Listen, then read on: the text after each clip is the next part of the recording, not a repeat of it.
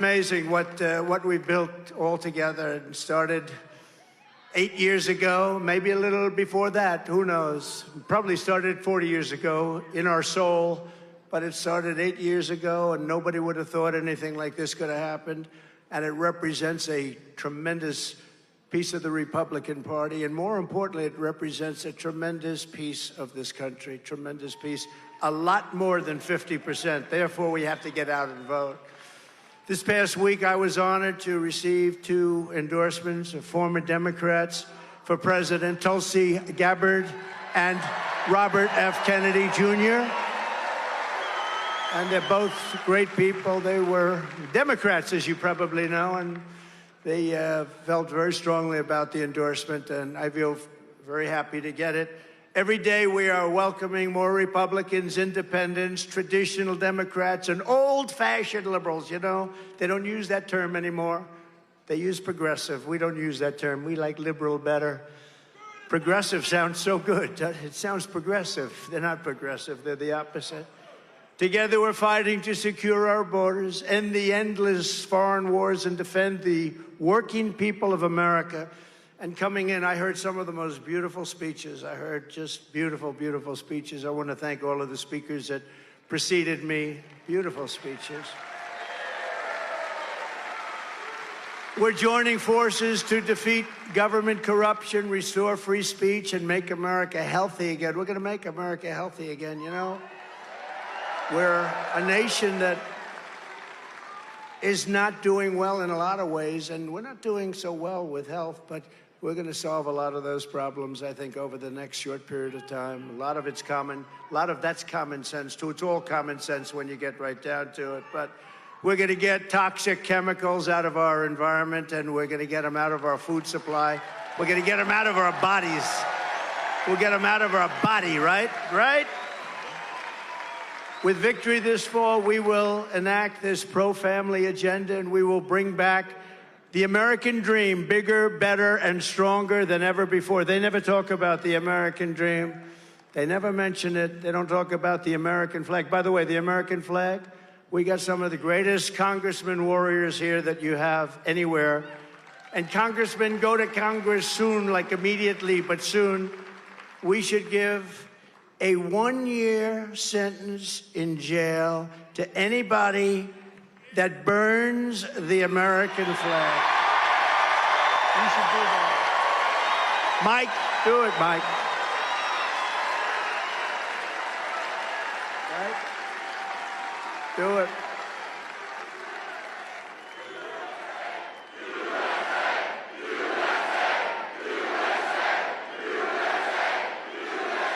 That looks so bad at the Democrat National. I always call it Democrat. You know, they want it to be called Democratic. I said, then change your name. They don't change their name. Sounds worse, so I use it. But at the Democrat National Convention, I watched those American flags burning all over the place. I think it's a disgrace. And they said it's unconstitutional to stop it. Like hell it is, okay? Like hell it is. It's not unconstitutional. It's like when I stopped the riots in Washington. They were taking down statues. They were having a lot of fun. They didn't know what they were doing, having a lot of fun. And I pulled out an old law from 1907, because we don't pass laws like that are tough. And it said, if you touch a monument, if you touch it, even touch it against the will of authority, if you take it down, but if you even touch it, you go to jail for 10 years. And there's no 9 years and 5 months, it's 10 years. And so I signed it. I took it out. It was dusty. It was old and dusty. Hadn't been used in 78 years, I think they said. And I signed it. I announced it. And I watched about 10,000 asses I could watch from the back as they left town. They were all gone. I knew there was a problem when they started ripping down a statue of Abraham Lincoln. I said, they're going to take down the statue of Lincoln? I don't think so. We're not going to let that happen. And we've got to be tough, because if you see what's happening in Aurora, Colorado today, did you see that? Where Venezuelan gang members have taken over parts of the city. They've taken over apartment houses because these stupid people that we have leading our country are allowing these people, these criminals, to come into our country, and we're going to get them the hell out of here. And this is just the beginning. Wait till you see what happens. Wait till you see what they're doing.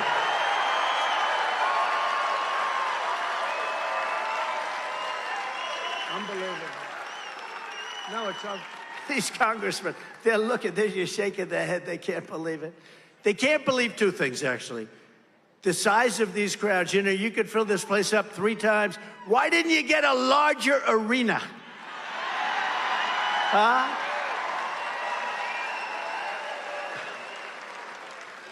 Somebody said, as we were riding by, oh, it's too bad the arena hasn't started filling up. I said, no, you don't understand. It's totally full, but the line goes back for miles. It's already full. But we got to do that, fellas, you know? We got to do it. Because I've been saying for a long time, I said, these people are coming in from prisons and jails. Nobody listened to me. They're murderers. They're drug dealers. If you take a look at Venezuela as an example, their crime is down 72%.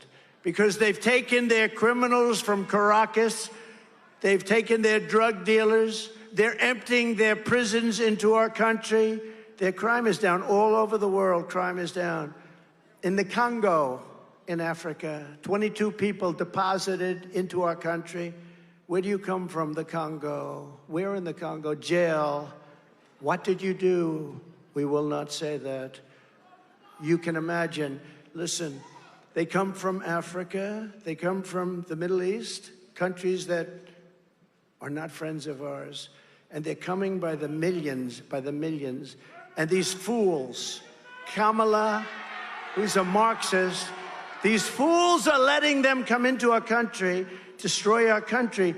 And I said, you know, did you ever see the hat? I don't want to brag, but they do have a big selling hat. You know what it says? Trump was right about everything, right? Front row Joes. Front row Joes. Right? No, but it's... Hey, look, if I ran one of those countries, I would be doing better than them at getting the people out. You run a country, the country's inundated with really tough people that are criminals. I want to get them the hell out. If I was the head of a country, the president of a country, if I was in charge of anything having to do with the country, I would have moved them out even faster than they're doing. They are moving people into our country at numbers that nobody's ever seen. And those countries are becoming safe countries. And wait till you see what's going to happen. You know, they're just getting acclimated. You know what that means, acclimated? They're getting used to a society that really goes too far. And the only thing they go after is guys like Trump because he protests an election. That's the only thing they're good at going after. They don't go after criminals. They don't go after people that kill people. They don't go after drug dealers that kill, on average, 500 people during their lifetime. So a drug dealer kills 500 people, and the only thing they would understand would be the death penalty. If you had the death penalty for drug dealers, you wouldn't have any more drugs. You wouldn't have any more drugs.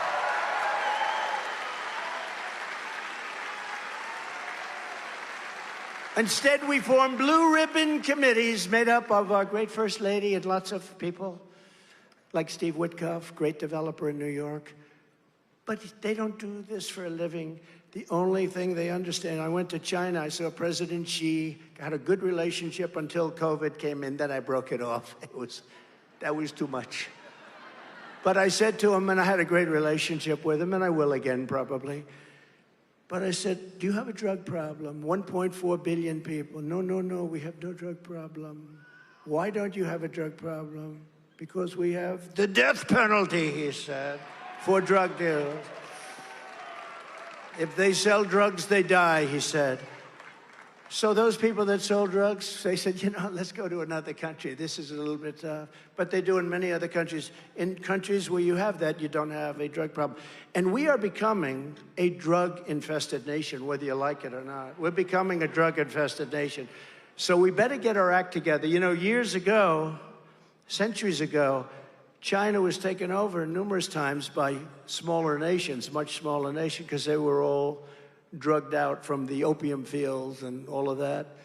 And then one of their very powerful leaders said no more, and they ended it. And we're going to have to end it too, because we're really a country that is, we're a failing nation in a lot of ways. What they've done to our country is incredible. What is Kamala, who's a total lightweight. Did you see her on television last night? This is going to be the president. This is going to be the president of our country? I don't think so. Sitting propped up in a desk with this guy, this Tampon Tim.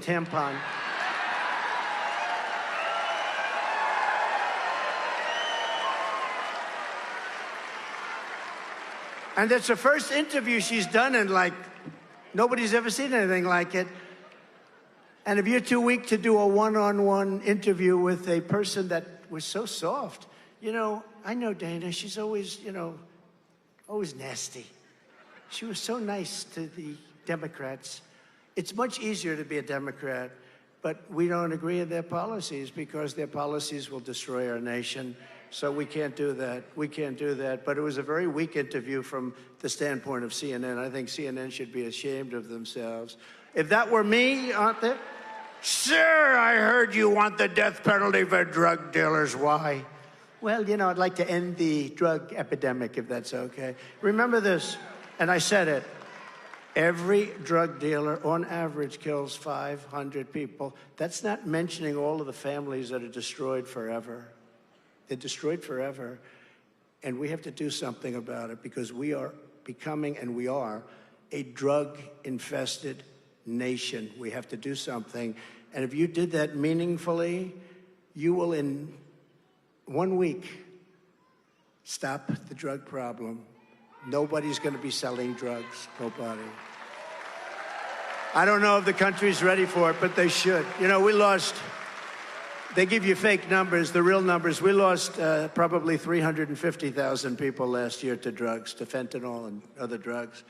I had a deal with President Xi, who was going to put that on their ultimate crime list. That's where they give the death penalty. If they make it in China, they sell it here. He was going to give the death penalty.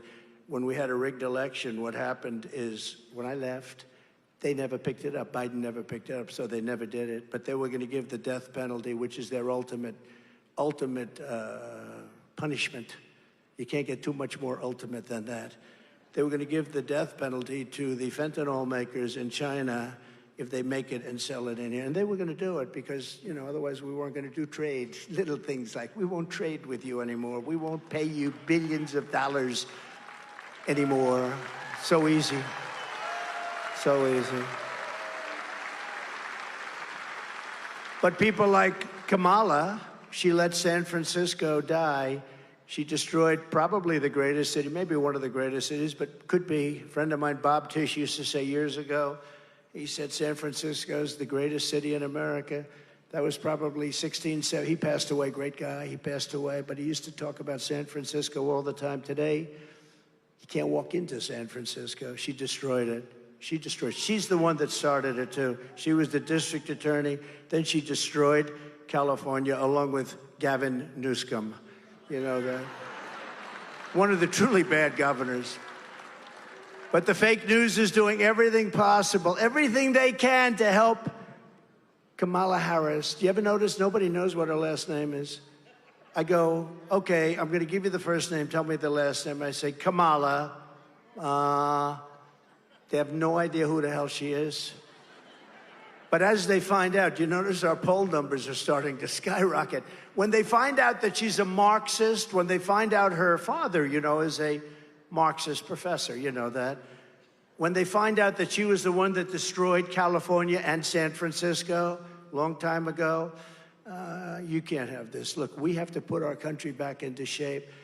Somebody said, women don't like Donald Trump. I said, I think that's wrong. I think they love me. I love them. I love them. Speaking of them, North Carolina, these women, this is number 227 rally. And they've been to some other than rallies. 220. They're wealthy as hell. Look at them. They've got nothing but cash. Their husbands are great. But they allow them to go all over the country. They follow me all over the country. We have front row Joes over here. We got the women from North Carolina. Look at them.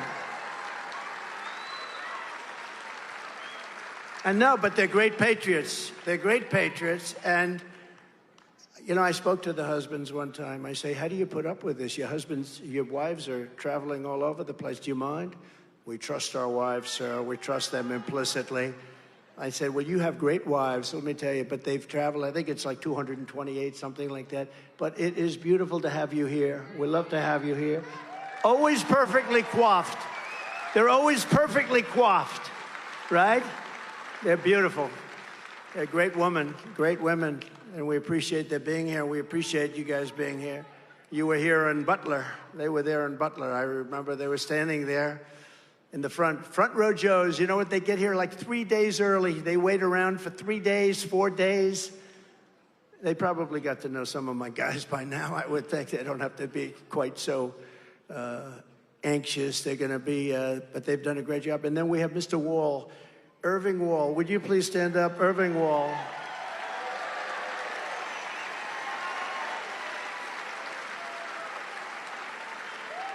He is a great guy, and he was there for Butler, too, wasn't he? He was there. I saw him there. But he's been to many shows. How many shows have you been to? He's lost track. I agree.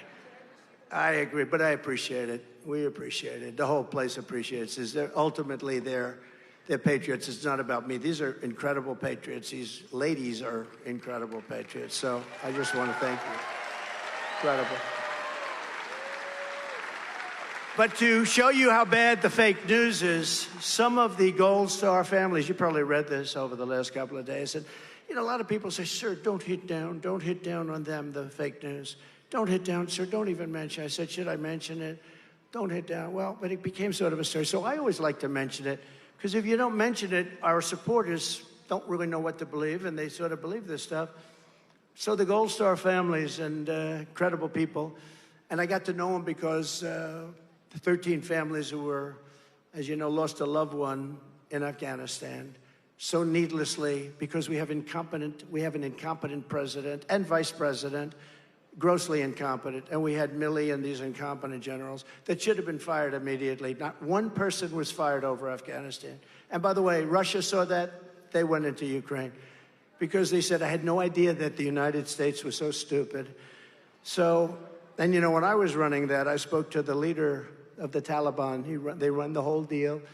And I said, Abdul, don't even think. Don't do it, Abdul. Don't do it. Because they were killing our people. And they were really killing them previous to me and Obama. They were killing them in the Obama administration and with Biden. But how did he do in the debate? A friend of mine said, sir, what did you do? I said, how good was I tonight? Sir, you probably got him thrown out. Now you're going to have to run against somebody new. I said, I don't care. I have to do what I have to do. We have to do what we have to do, right? And I look forward to the debate with her. But what happened, so with Afghanistan, you know, I do the weave. You know what the weave is? I'll talk about like 9 different things, and they all come back brilliantly together. And it's like, and friends of mine that are like English professors, they say, it's the most brilliant thing I've ever seen. But the fake news, you know what they say? He rambled. That's not rambling. When you have, what you do is you get off a subject to mention another little tidbit, then you get back onto the subject, and you go through this, and you do it for 2 hours, and you don't even mispronounce one word.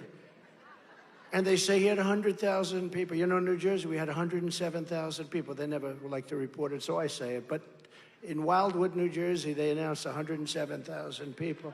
And then they say, well, look at this. I mean, if you gave me a big arena, we would have said 4,000 people.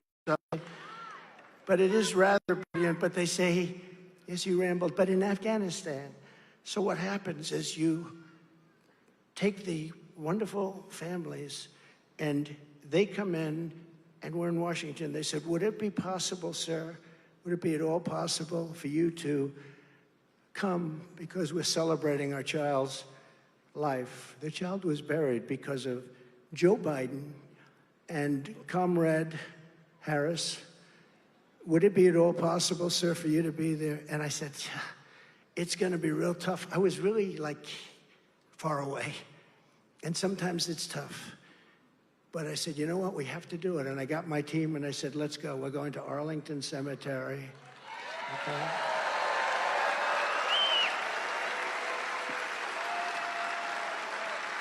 I said, we're going to Arlington.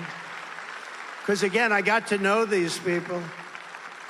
Because, honestly, they would send me death certificates of their child. They said, sir, would you sign it? Please sign it. We refuse.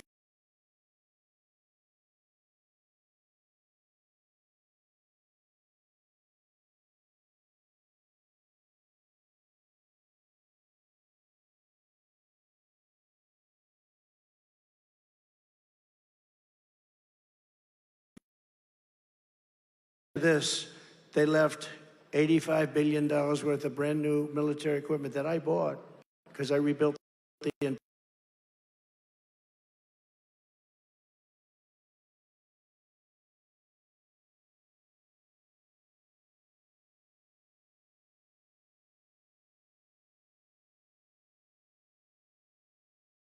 They moved the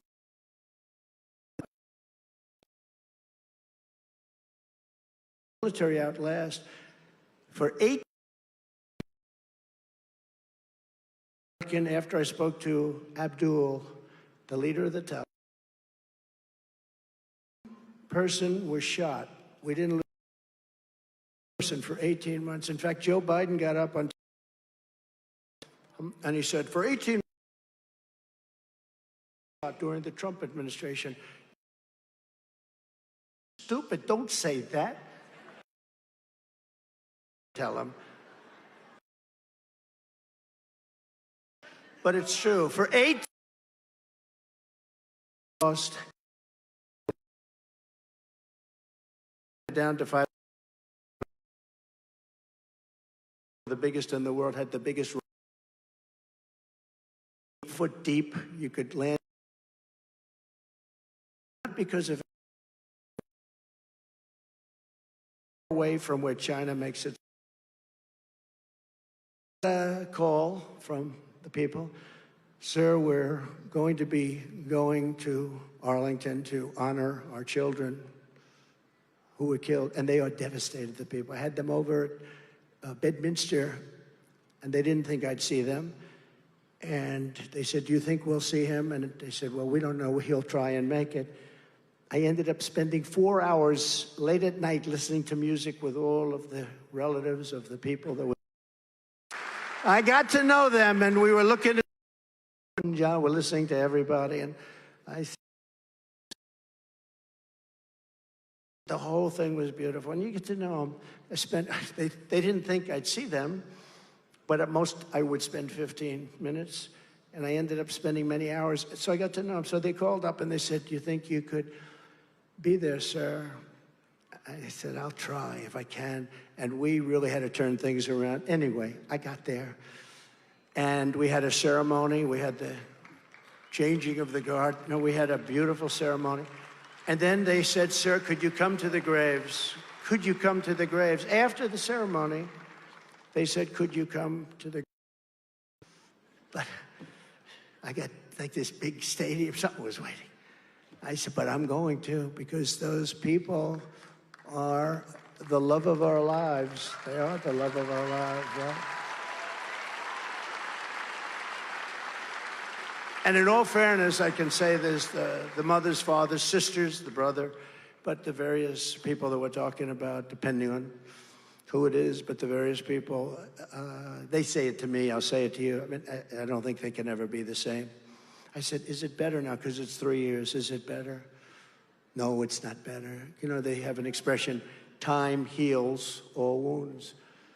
But I said, is that expression true? No, sir. Maybe it's worse now, sir. It's devastating. These people are just so devastated. So anyway, we're there, and they said a prayer, different graves, one here, one there. Then they said to me, I'm not surprised. I never even thought about it. Sir, would it be possible for you to have a picture with us? by the tombstone of my son. You know, the beautiful white tombstones, marble, beautiful, beautiful things, and carved, engraved with the names on them. I said, absolutely. I wasn't doing it I don't need publicity. I get a lot of publicity. I would like to get a lot less publicity. I would pay to get, I'm the only guy who would hire a public relations agent to get less publicity. Most hire to get publicity. So I was taking pictures at the grave, one with the sister, and then the mother, and then the father come in, and then another group at a different grave. And it was so beautiful, and we left, and everything was nice. And then later on that day, I heard that we were using the graves of those soldiers for public relations purposes, you know? And that was all put out by the White House. Joe Biden killed those young people because he was incompetent. And then they tell me that I used their graves for public relations services, and I didn't. And I'll tell you what, it was a disgrace. And she was involved. Remember, she said she was the last person in the room, right, when they made the decision. And pulling out was okay, but not pulling out like a bunch of incompetent fools. And that's what they did. We had them in such a great position. But when I took those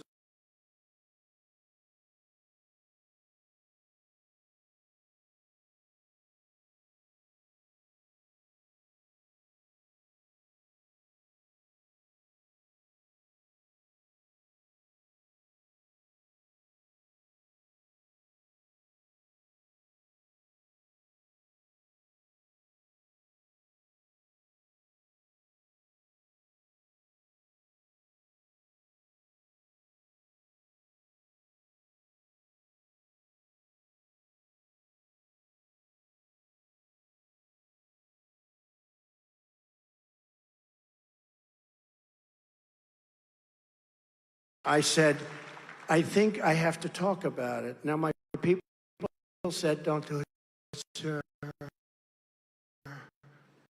Don't do it. But if I don't tell you,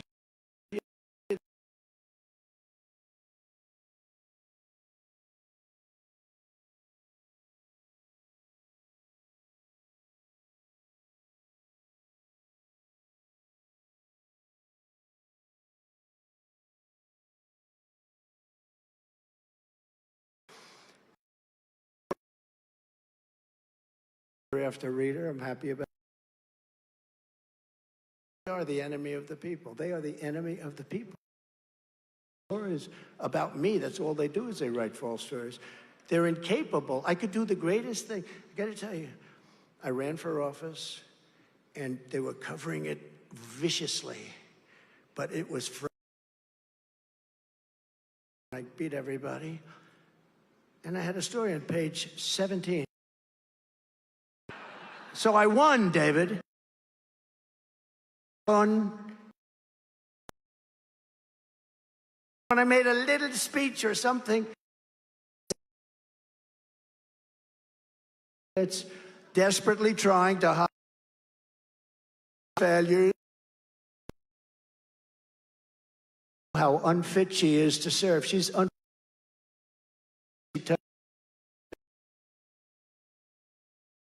Finish this. I love. They took.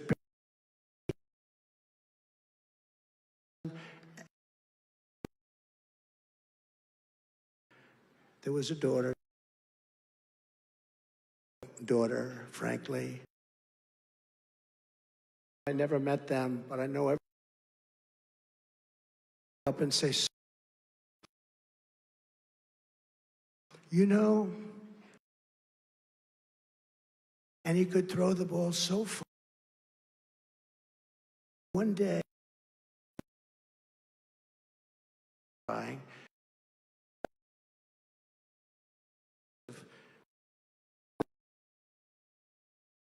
listen to that,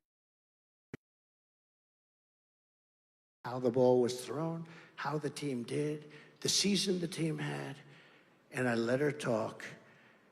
And then these people accused me of doing this for the fact that we even got there. the fact that we even got there, so I just want to, and they were so good. They said, how dare they do that? We asked him. They did ask me. And, you know, they actually, and we want him to be there always, and I just think that's great. You know, because this is, you know, she's anti-fracking, she's anti-everything. This has no right being here. She got no votes. She was nasty to Biden. She called him a racist and everything else. I look forward to that debate very much. But she called him a racist. Remember the school bus? All she can do, she can memorize a little bit, not a lot, but she memorized a little story about a girl taking a bus. And she used it on Biden. And so when Biden picked her, I was shocked because nobody treated him so badly as her. But let's take a look at the real Kamala Harris. Yeah, I am radical. We need to get radical about what we are doing and take it seriously. As President of the United States, I am prepared to get rid of the filibuster to pass a Green New Deal. There's no question I'm in favor of banning fracking. We have to have a buyback program, and I support a mandatory buyback program. I believe it will totally eliminate private insurance. Let's eliminate all of that.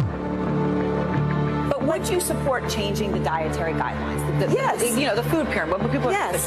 To reduce red meat specifically. Yes, I would.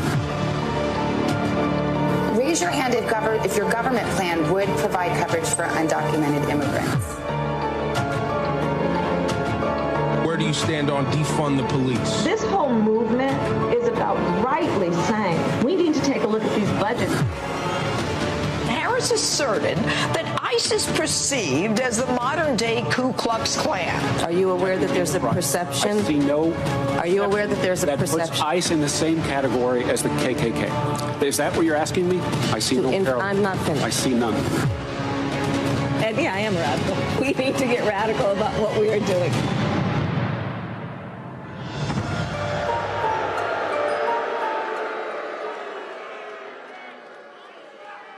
But that's her. And now she's changed everything. In fact, I think she is going to soon apply for, give me an application for joining MAGA. She's going to be wearing a MAGA cap. Now, that's her, and she can't do anything about it because that's where she is. Or with a politician, when they come out with something, that's where they end up, and she will destroy the great Commonwealth of Pennsylvania. Just remember that. And we should win a blowout. We should blow them out. You know, we win the state, we win the whole thing.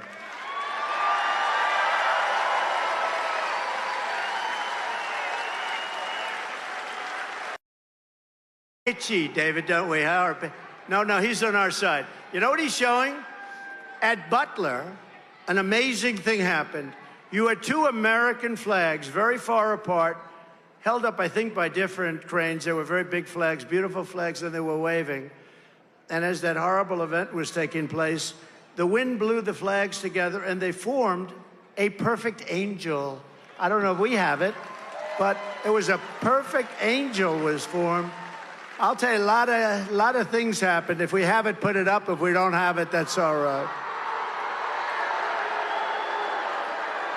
That's it. That's it. That's it. He had the angel. He held up the angel, and our people went after him. No, he's on our side. He's on our side. Thank you very much. It's very nice. I've never seen banners so beautiful, right? No, he's on our side.